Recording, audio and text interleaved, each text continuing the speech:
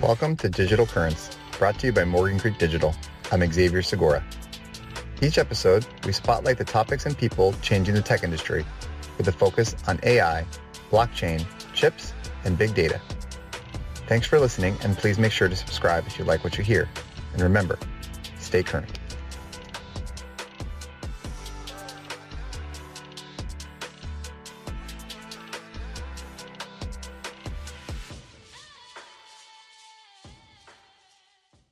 Mark, happy Friday. Welcome back to Digital Currents. Mark, I have a feeling we're maybe in for a sinister Saturday when our listeners start listening to this. Yeah. We definitely probably will go down a couple sinister paths. It's interesting. We are doing this on Friday, and the last two Fridays have been all about my sock game today. So, I do have the Bitcoin Friday orange pants, but I have the old school Bitcoin whale with the big chain and the B. Because look, the last two Fridays, the whale has been out manipulating the market, getting short. Whether it's the Trump back whale, as I like to call it, or somebody else. But then, the Trumpster is in the news again this morning, which will lead us down the path to Sinister Saturday. My Irish are off this week, so I didn't put on the dark blue. Although you've got. I like your repping the digital, Morgan Creek Digital, black. Oh yeah, quarter zip. Mm-hmm. I have one upstairs, but I didn't channel it today. So, but I'm kind of wearing the black and blue check or dark navy blue and check. And this is a real logo for those that are on the video. It's not AI superimposed. It's the stitch in the hand stitched in. It's real, and they actually are quite good. One of the guys was funny. So we go to all the events and the conferences, and a lot of people have the swag. And one of our junior guys came back and said, we need some swag. So he figured out how to make it work, and we got some swag. And I'm sure it's made in China, but it's all good.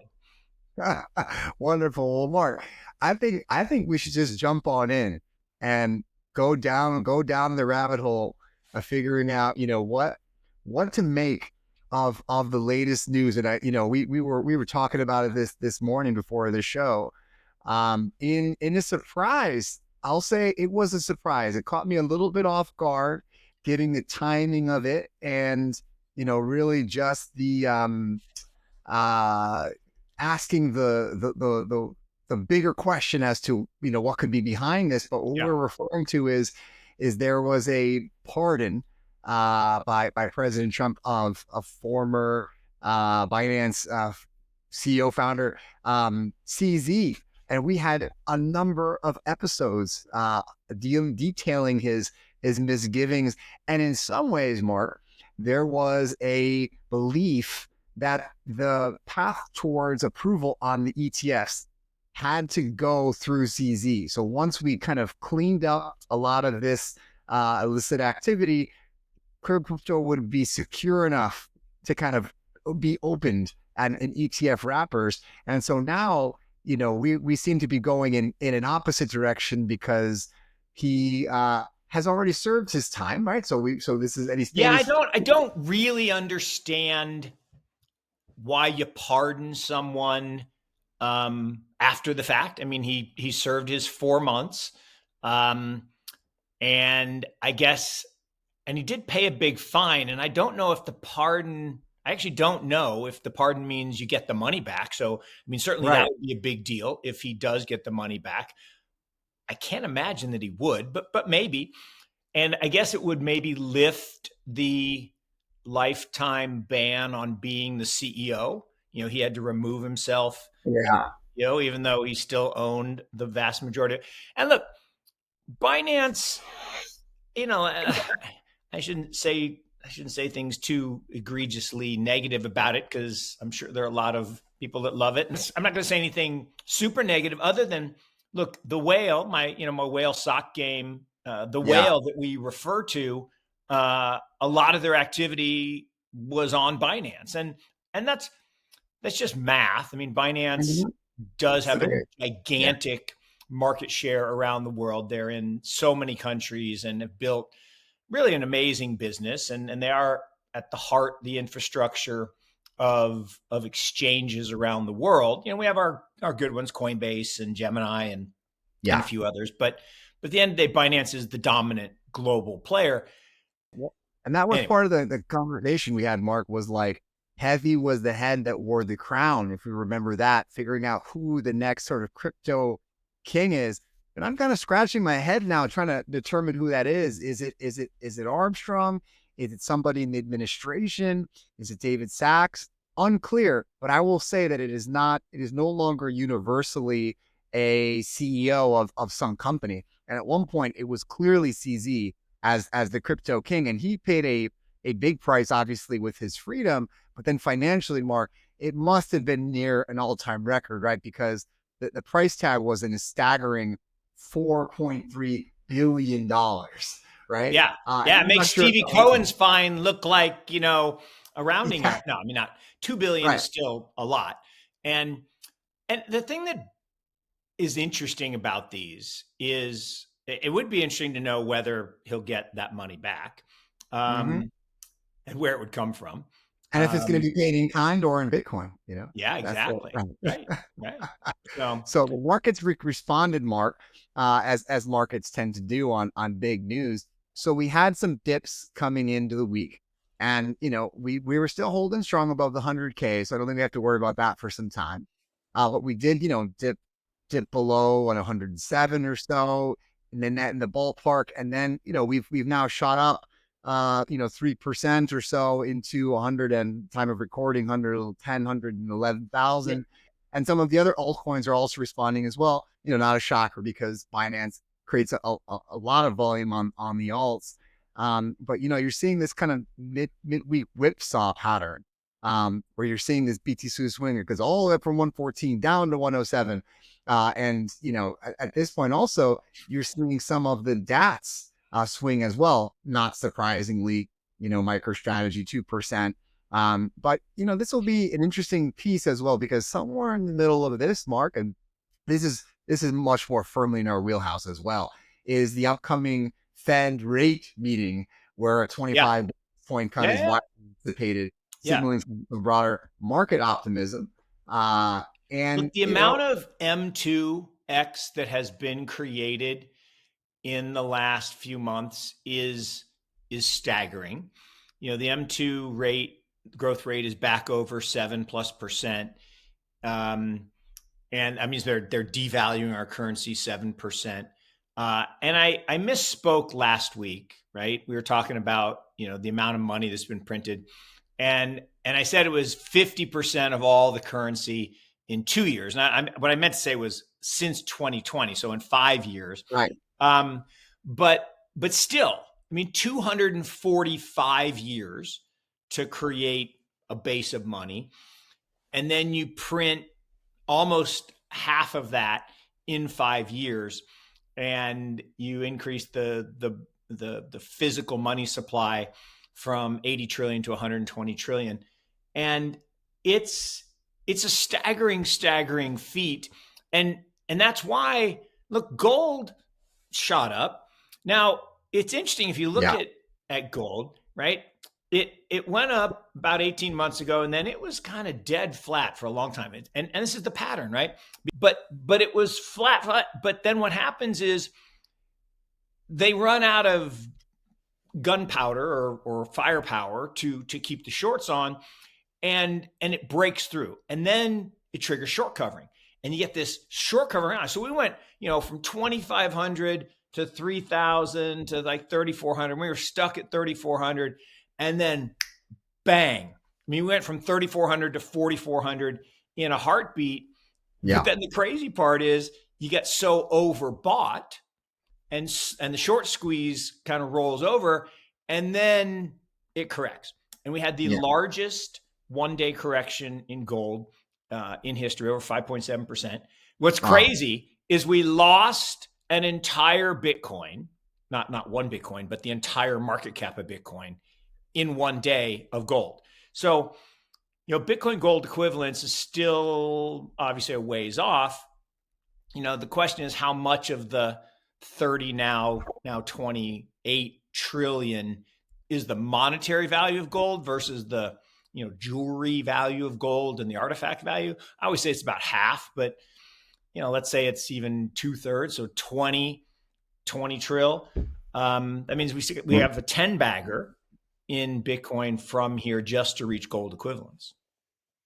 I mean, it gives you a sense of the scale, Mark. And before we let off the topic, since we're still a lot of folks listening on Saturday, we'll still continue with Sinister Saturday. Our president also cut off all trade talks with Canada. And as we know, CZ is a citizen of one country, Canada, not just saying maybe they are slightly related, but Mark, I want to also pull on that's a little bit of fun, but I'll pull on one thread as well that you mentioned about the whale activity. So last week and many other times we've spoken a lot about the perps market, and check this out. I'm wondering if you saw this trade. So there was a whale that deposited $3 million in USDC in Hyperliquid, which we spoke about a lot last week, to open a short position on guess what number leverage, Mark, on this. The hint is it is a big number. Well, I'm sure it's 100 to 1, right? I mean, close. It's a 40. It's a 40x, right? So 40. All right. I mean, again, 100 is the crazy, and you can do that in the treasury market, and you used to be able to do that at places like Bitfinex and others. So I would have been surprised if it was 100. So 40 times levered for an 80 vol asset is insane, right? I mean, that means you better know something. Oh yeah. Right? You better know what direction the asset's going to move, or it's very likely you're going to lose all your equity. It's kind of like the guy. So, years ago we invested a little bit of money in this company called Beyond Meat, right? And they made the fake meat. And then it turned out that people didn't really like the product and they really didn't sell very much. And, Tim Hortons tried it and then they threw it out. And so stock went all the way down to 50 cents, all the way back to the price we paid 8 years ago. Wow. So then last Friday, whale-ish, bought $500,000 worth of call options, out of the money call options. And inexplicably, magically, this company got a lifeline to avert bankruptcy, and the stock went all the way up in a short squeeze, all the way back to like $7. And, this, I'm sure just random person with no knowledge and no information turned 500K into 10 million in 2 days. Wow. That's quite a move. It's that type of stuff happens every single day. And it's frustrating for those of us who, play by the rules and do it the right way and don't cheat and don't trade on non-public information. I mean, it's really kind of crazy what's going on. Yeah. And John Kenneth Galbraith, turn of the century, called this the bezel, right? Which where embezzlement comes from. And it basically says that humans are going to human. So humans are going to cheat. And they're going to cheat a little. And if they don't get caught, then they cheat a little more. And if they don't get caught, they cheat a little more. And so what happens over time, in good times, the bezel increases, whether it's accounting gimmickry or whether it's true trading on inside information or whatever it is, but the bezel goes up. But then somebody says enough, right? It's like the emperor has no clothes. The kid says, oh man, that guy's naked. Ugh. So put some clothes on and the bezel drops. And then the regulatory backlash comes in and they pass laws like the Securities Act of 1933 to address the crash of 29. Now, it's after the fact, and you're like, well, all those people were doing bad stuff. Yes, they were, but it would have been better to catch them before rather than after. So it's closing the barn door after the horse is already gone. But that regulatory change makes it harder to cheat. But then people are creative. Humans are going to human, and they find other ways to cheat. And so the bezel rises in through good times, and then we have another crash. And so I think the bezel today, right, whether it's non-GAAP accounting adjustments or making up numbers like adjusted EBITDA or this kind of nonsense where, somebody's clearly trading on inside information. Mhm. I mean, we're at the all-time high of the bezel, and it will end. I don't know when, and when it does, it'll be pretty ugly for some people. Yeah, and I think, Mark, the beauty of this is that the revolution will be televised, as the quote says, all on chain, because this whale had not just one swing at the plate for a home run. There were a couple.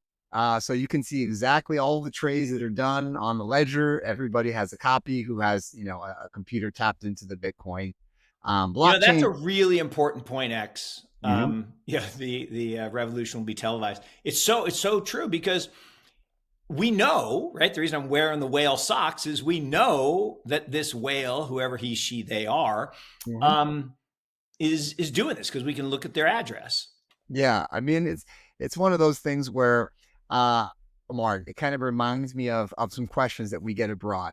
So I think we were very eager to talk about what we thought was the value of this whole ecosystem, and talking about how it's just, it's a new global computer, it's a new way to create payment rails, and finally it's getting embraced by political administrations across the world.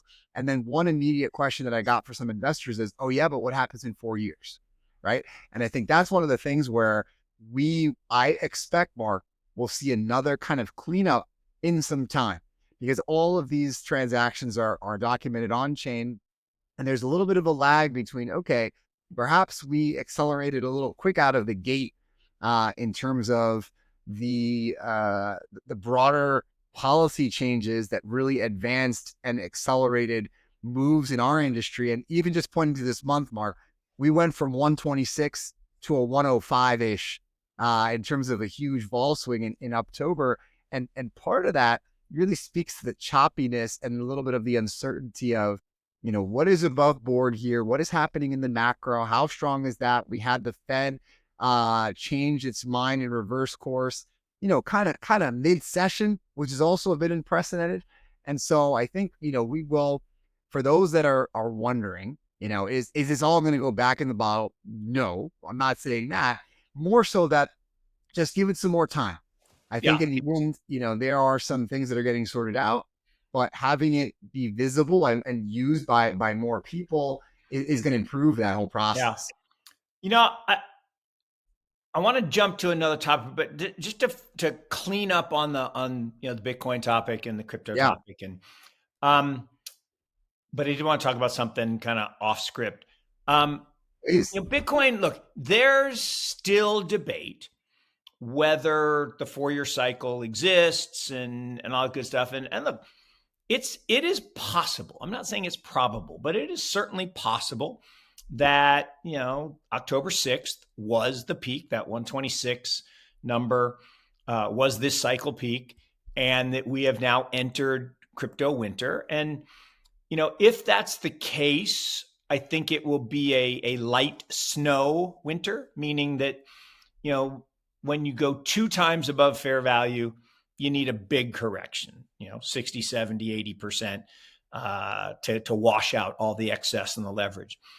126 relative to fair value, Tim Peterson's Metcalfe's Law model fair value of 91, that probably only requires a, 30 or 40% decline. Still painful, but totally bearable, particularly if you're not levered. So whether that's the case or not, we'll talk about, for the next few months. Mm-hmm. There are those that think the cycle's over and that institutional demand is too high and retail FOMO is gone. Conversation for another day. What I wanted to jump to, so I was Yeah. at this meeting this week in Atlanta, and so one interesting story. So, and this is cool. And so one thing I love to our listeners, and you know who you are. Multiple times in the past couple of weeks, people came up to me and said, "Hey, I listen to you every week." I was at my son's cross country meet, and this guy came up, and I got to meet his daughter, and I mean, it was awesome. So I love that part of it. But this one was really kind of cool in that I'm walking from one hotel to the other because I stay in the cheap hotel, not where the conference is. Um, and Smart. and 4-lane road, and this car, it's like a night security car, stops, and guy rolls his window down. He's like, Miss Yusko, Miss Yusko. I'm like, yeah, okay. He's like, I want to come shake your hand. I'm like, okay. And he says, I said, well, I'll just come to you. So there's no traffic. And so I'm standing in the middle of the street with this guy.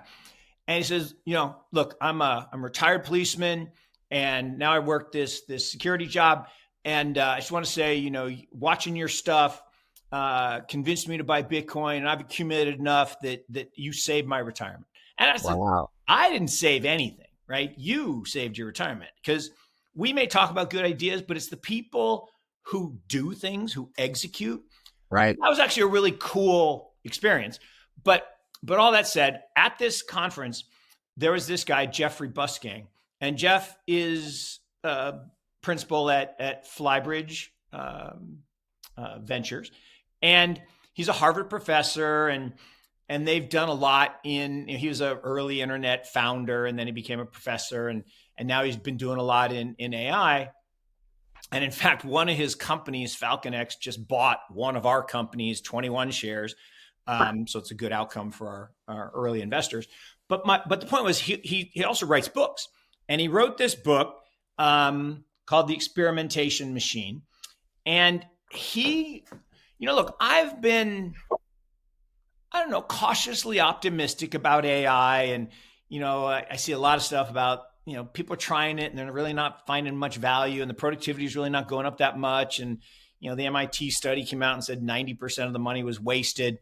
Man, he gave an amazing talk about how big, particularly agentic AI is, and how companies that integrate agents in some ways to replace people are going to dominate in the future.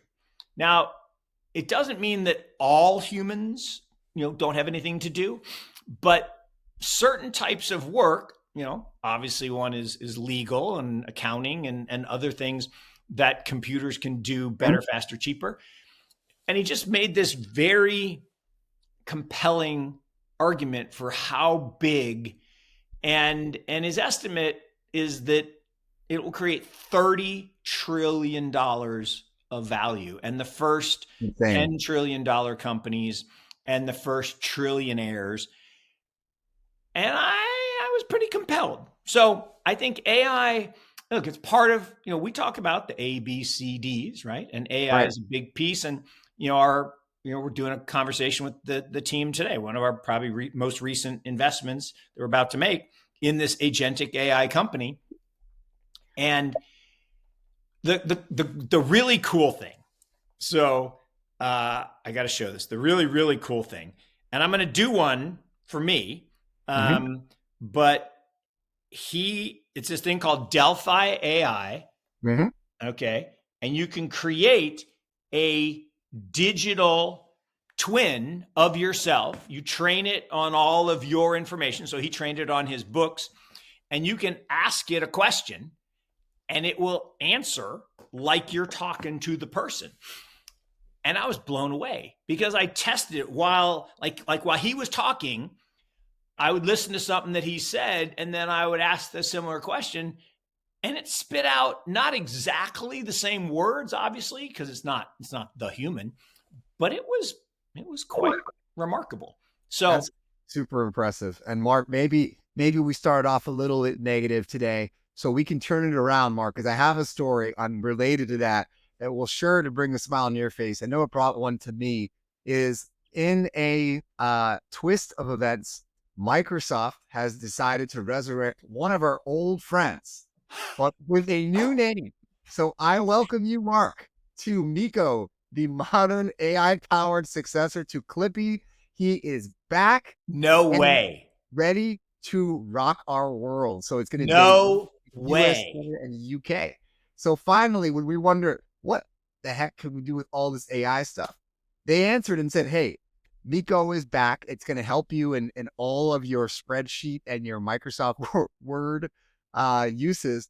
Mark, I think that this is maybe what, I know we're joking slightly, but I think this is maybe what was missing from some of the AI that we've been seeing. And even what you just showed speaks to the importance of the front end, right? And that's why Google has been so successful with search, was figuring out a way to even enter into the internet because it was just so vast. Similarly, LLMs are so vast.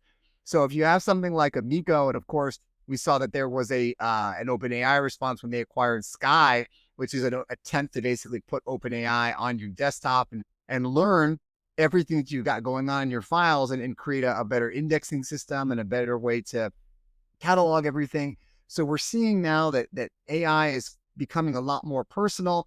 I, for one, cannot wait to try Miko. I'm curious to see if you can teach an old dog new tricks, and see how this compare with our old friend Clippy Mark. I'm sure you must have a little bit of a smile seeing this kind of news. Look, I love it, and look, the humanization or even cartoonization, since people love anime and cartoons and all that stuff, I think is really important, because text on a screen is fine, but that animation, and I do find it, is it actually a paperclip named Miko? Is that? Oh, that's a good point. What form? Now we're talking about the form factor, right? Because Clippy was literally paperclip. So he kind of reminds me of that Toy Story toy Forky, which was literally a fork. So that is a good question. I'm not sure. I got to see if there was an image here associated, but I hope it doesn't deviate too much, from no, this. and to that point, so that Delphi AI thing, not only does it have a chat bot where you can chat, it also has something where you can call and it will do voice. But the thing that just blew me away, it also has video chat. So you record a video of yourself, like we're doing, right? And you feed some amount of you talking, sitting at your desk, and then the AI then will use your live video and do the lip syncing, and it will answer the questions as if you're talking to the person. I mean, it was a little freaky in the sense that, like I always say, I could tell the difference between AI and human, but this was actually video of a human. Now you can tell that the lip, it's kind of like when Taylor Swift is on stage. No, I'm just kidding. She sings. I'm sure she doesn't lip sync. It's like the Milli Vanilli. We can deal with the XRP. We do not want. You can't deal with the Swifties. You're right. We can't deal with. So I apologize. I was just kidding around. It was the Milli Vanilli lip syncing. Right. But no one's ever accused Taylor of lip syncing. But the progress that we're making and the speed at which we're making it in AI is pretty dazzling. The thing that I think, or that the peripheral piece of this that I think is interesting is, the big play recently has been nuclear power and energy, and all the energy stocks and the nuclear power stocks went up, and then they started to crash, and then Trump came in and said, I'm going to buy the quantum stocks, and but 10 million on 2 billion, that just doesn't matter. But so they rebounded again today, or yesterday. But I think that's a temporal phenomenon, because the real big opportunity is the next innovation in chip technology. So getting to the C's and how it supports the A's, more efficient chips, lower power chips, more efficient software, like to rival CUDA. It's coming. I mean, it's absolutely coming. And, everyone's like, no, the NVIDIA lead is unassailable and NVIDIA is going to keep going up. And like, well, I'm not saying that NVIDIA is bad. I'm not saying NVIDIA is going to crash. But what I am saying is we have evidence, and we have some in our portfolio, of companies that are acutely focused, maybe acutely is the wrong word, but very focused, laser focused on elements of the NVIDIA ecosystem that are absolutely assailable, Yeah. where they're not very power efficient. And the one that got me is I didn't actually get to meet them because we just missed when I was up in DC last week, but I did look at their website and look at their stuff, and I interrogated AI on them. And it's this thing, the difference between transformers are asynchronous, meaning they have to read left to right, which is interesting. It's actually that they're left to right, even though a lot of the world is right to left, but they're left to right, and they're sequential. And yes, you can do multiple sequential, which is quote unquote parallel, but they are asynchronous. And these guys have come up with something that is non-asynchronous, NAR. And this is a big deal. And this is the next iteration that I'm not saying it will replace transformers, but it actually might. And that market is going to be so huge because it's super, super power efficient, which means we wouldn't need to build all the nuclear facilities that everyone's talking about. And I don't know. And look, this is human nature. Give me a hard problem and I'm resource constrained. I'll find a way to solve it. Exactly. And Mark, I know you waited with bated breath, so I have an answer for you about the form factor of Miko. Are you familiar with the Lay's potato chip? Because it looks exactly like a Lay's potato chip, but it is customizable, so you can bring back the Clippy form if you want. But I think it's a little bit of a fumble if I'm being honest. But I like that you can customize it. But when you mentioned about the chips, Mark, there was a piece here that's coming from Anthropic, which kind of is right in the wheelhouse of what you were saying. So there was a commitment made by Google and their TPU. If you remember, that's the more specialized chip around AI that our listeners are familiar with from listening to our show, the tensor processor unit, much more on the inference side of things or the decisioning on AI. So now they have made a commitment by the faraway future of 2026, right? So basically 3 months. They are committing themselves to more than basically more than a gigawatt of capacity, or basically 1 million Google Cloud TPUs, which would lead to a 7x increase on their accounts, more than 300 businesses.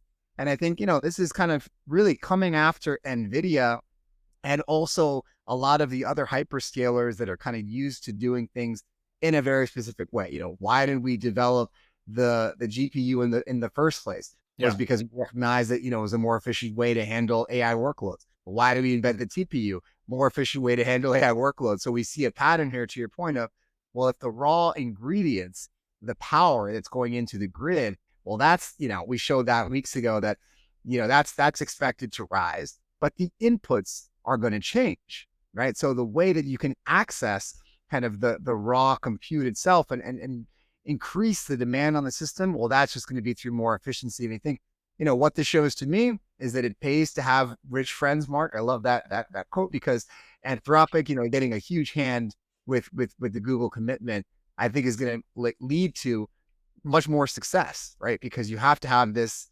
backing. If you've seen that, chips are a very capitally intensive business, and you need customers. Yeah. It's all, well, the capital intensivity of it is real. And so the haves are going to continue to extend their lead. Since we did start with Sinister Saturday, I'll go down the sinister path here, which is, we're not out of the woods yet. There is discussion, and I'm probably leaning in this camp, that all of this kind of, the infinite money glitch, where OpenAI is buying from NVIDIA, who's buying from Oracle, who's buying from OpenAI. So it's all circular, and it's the same money just being counted multiple times. And 100% of Q2 GDP was AI data centers. So we did nothing else in the country except that. So, okay, that's fine. But the sinister part is that if you went to the browser this week, the new OpenAI browser. Somebody, now I don't know if this is true or not, or real or not. You gotta, I didn't test it myself, but supposedly, it asked to show me videos of Hitler, and, the browser was like, no, I'm not going to do that. That is a dystopian nightmare. And again, this is not a comment on Hitler being a good person. That's not the point. A free and open internet and free and open access to information is everything. And to have all of this infrastructure being built with a plan of, oh, no, you can only access what we tell you can access. And then the comments were crazy. It's like, oh, by the way, we've reported you to proper authorities because you shouldn't be asking about that.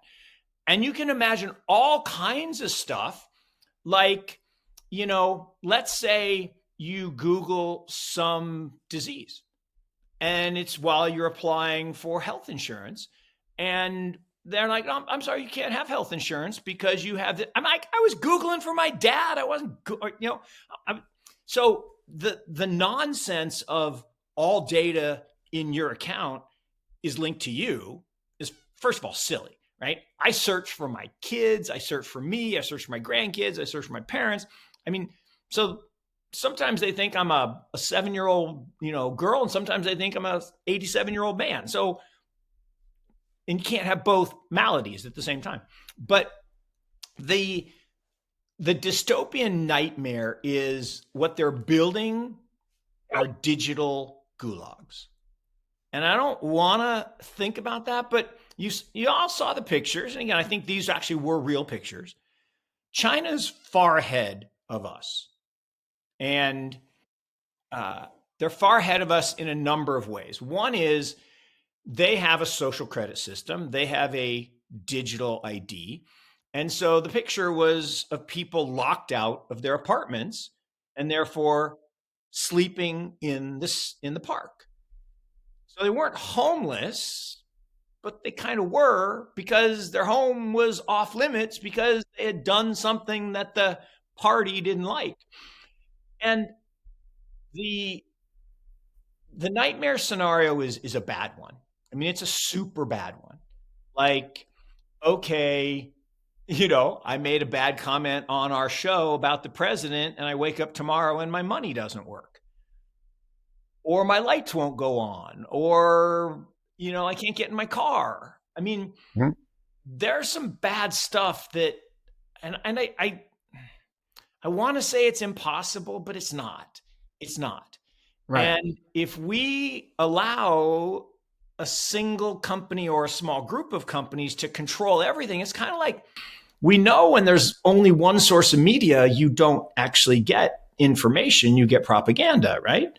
So this is a really sinister conversation that I don't want to spend all the time on, because I like talking about optimistic, positive stuff better, but it's real. It's a word to call out, and I think that's why people love the show, Mark, is that we give folks the news, we opine about it, we try to be objective in the way that we report the information, so that you, the listener, just like you, the retired police officer, can decide, is this a fit for your portfolio given your constraints, the information that you're able to learn, and what gaps you may have towards making decisions. So sort of the part of the show where we can kind of leave folks on a bit of an uplift is the chart of the week. There we go. They can visually see just the impacts and the scale of the ABCDs. And this week, there's no more fitting way to describe this than ultimately what's going on with the size of our market. And our frenemies over at A16Z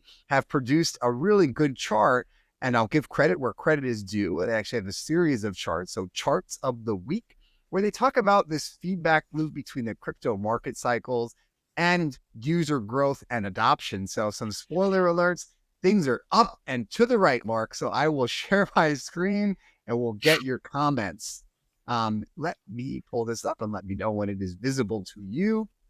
So the first here, it's a 2 for a moment. So this feedback loop is one where we can kind of see this over a couple of different dimensions, Mark. So at the top here, for those that are on audio only, this is the time where I remind folks, check us out on YouTube, see the Bitcoin stock gain reveal, who's been deep faked, and of course, the chart of the week. We've opened up with the crypto market cap over the period of a couple of years. So I like this one, Mark, because it begins with the ICO boom. That's when you and I got to know each other a little bit more across the deal table with Figure. And then, of course, we highlight into DeFi summer and the NFT surge. That was fun. If you remember our folks at Gemini and their acquisitions in this period as well, the ETFs, meme coin mania, all of these things, Mark, weren't they supposed to kill our industry, right? And I am just seeing an increase straight across the board. So I love history as you do as well. We love studying this stuff because it helps understand what's to come. So that's kind of one dimension which we can comment on. And this also mirrors the developer activity, which has increased over time, although it doesn't seem to be as spiky or as peaky as what we're seeing in the market cap cycle. And then the wallet users, they have been a little bit more of a slow burn. There is really more crickets until, Fund 3. I like to think about things in Morgan Creek Fund Life. No, it's such a great depiction of how an S curve works, right? Yeah. The S curve is 10 years to get the early adopters, 10 years to get the middle majority, and then 10 years for maturity. And in the early days, this was a small number of developers, small number of true believers, and the increase, right, in terms of just sheer, we went from $1 to $100 to $1,000 to $1,000, and we had these crashes, and so, but there was no one involved, right? No individual wallets, not none. I mean, but they're barely visible on the chart on the left, on the purple, and so then you start to go into this next wave, right? This next cycle. So we had the 2013 cycle, then the 2017 cycle, then the 2021 cycle. So each cycle, you get this rise in activity. So you get the increase in developers, but then it plateaus. Well, of course it does, because innovation happens in increments, and the developers, some are attracted to it, and some don't work out, and new ones come in, but also in terms of adoption, that developer activity increases the functionality, the UI UX of things like wallets. So a new user, most people were not going to figure out how to use crypto from 2009 to 2017. They just weren't, right? Yeah, it was hard. It was complicated. It was like, I was a computer nerd. The average person didn't take their computer apart and put in new RAM or put in a new video board, but a small number of people did and still do, enthusiasts. And so it took time for the internet to catch on. It took time for mobile. When this was released in 2007, when the iPhone was released, Apple stock went down 40% over 3 weeks, because people were like, no, I don't need that. That's too many features. It's too complicated. Right. And to this day, most people still don't really know how to use it. I mean, I probably have 200 apps on here. I use like 4 and maybe 5. But the point is that there's a lot of development that's going on behind the scenes to get to the point where you can elegantly use something. But all the while, the market cap, the value added, just keeps accreting. And so we've reached that inflection point where we now are in that, go from early majority to late majority to, early or to middle market. And I always forget what's that called. But we're past the early majority, and we're in that sweet spot of the 10-year cycle. And that means we still got a ways to go. And it's the next cycle, kind of in 2028, where we're going to just see mind-bogglingly good improvements. And that purple line, it will be completely ubiquitous. I mean, I say this all the time, right? My grandkids will never have a leather wallet. They will only have a digital wallet, and they will only spend digital assets. And I had this debate with someone the other day. I said, well, until you can actually use Bitcoin to buy stuff, it hasn't fulfilled its promise. I said, well, yes and no. And actually, it is in a lot of countries. In a lot of countries where you don't have the luxury of a good fiat, places like Nigeria or Turkey or, Venezuela, there are people who use Bitcoin every single day. Right. Because they were smart enough to get their money out of the crappy currency, technical term, into a good store of value. And they use that store of value to buy stuff. Exactly. And that's a perfect segue, Mark, that talks about the estimate of the number of monthly active crypto users. So let's see if I can change the aspect here so we can have it fit on one. Yeah. And when you expand from Bitcoin to crypto and you include stable coins, the numbers just become crazy large, and they will get really, really large, because as big as 70 million sounds, it pales in comparison to the, I think we're down to only a third of the world don't have like really consistent electricity. So, we're talking about 5.5 billion people can really use the internet pretty regularly. And 5.5 billion, that's a lot of potential. And all of them will have this. And whether exactly so it ultimately gets distributed through something like Facebook or some other big, I don't want it personally. I don't want it to be anything to do with OpenAI. So I hope we resist that and stay with the other gateways. But we'll see. Yeah. To that point, Mark, we've seen that growth from 40 to 70 million active monthly users, which is a pretty important number. I think it kind of captures this slightly.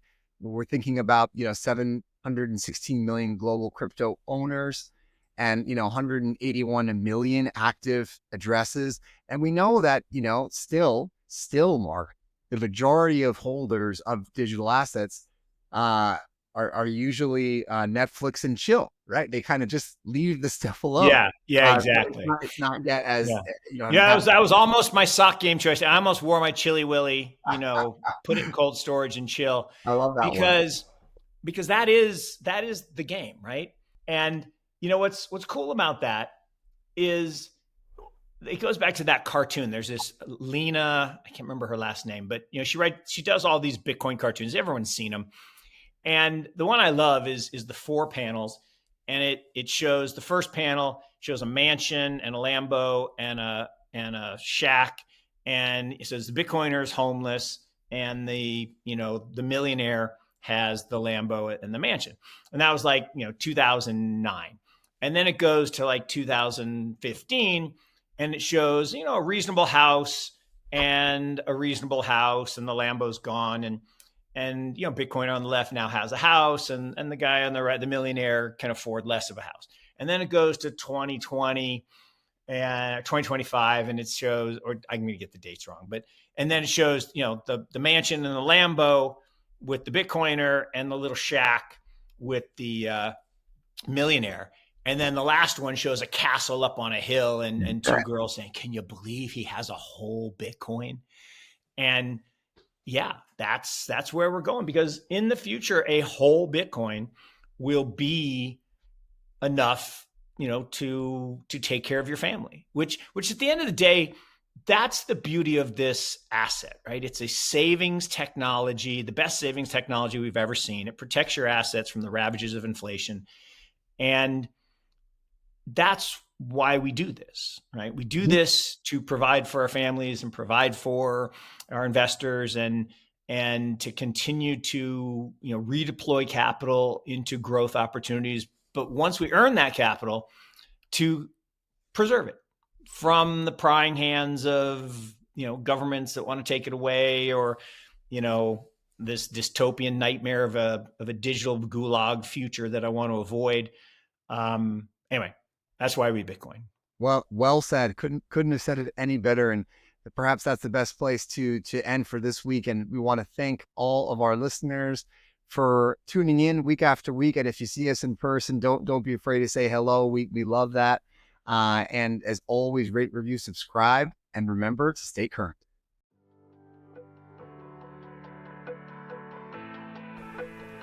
Thank you for joining us this week on Digital Currents. Check out our links to our website and social media in the show's description box. Please make sure to subscribe if you like what you hear. And remember, stay current. This podcast should not be construed as investment advice nor solicitation for the sale of any security, advisory, or other service. Investment themes and ideas discussed may be owned by funds managed by the host and podcast guests. Any conflicts at the time of production have been mentioned by the host but are subject to change. Listeners should consult their personal financial advisors before making any investment decisions.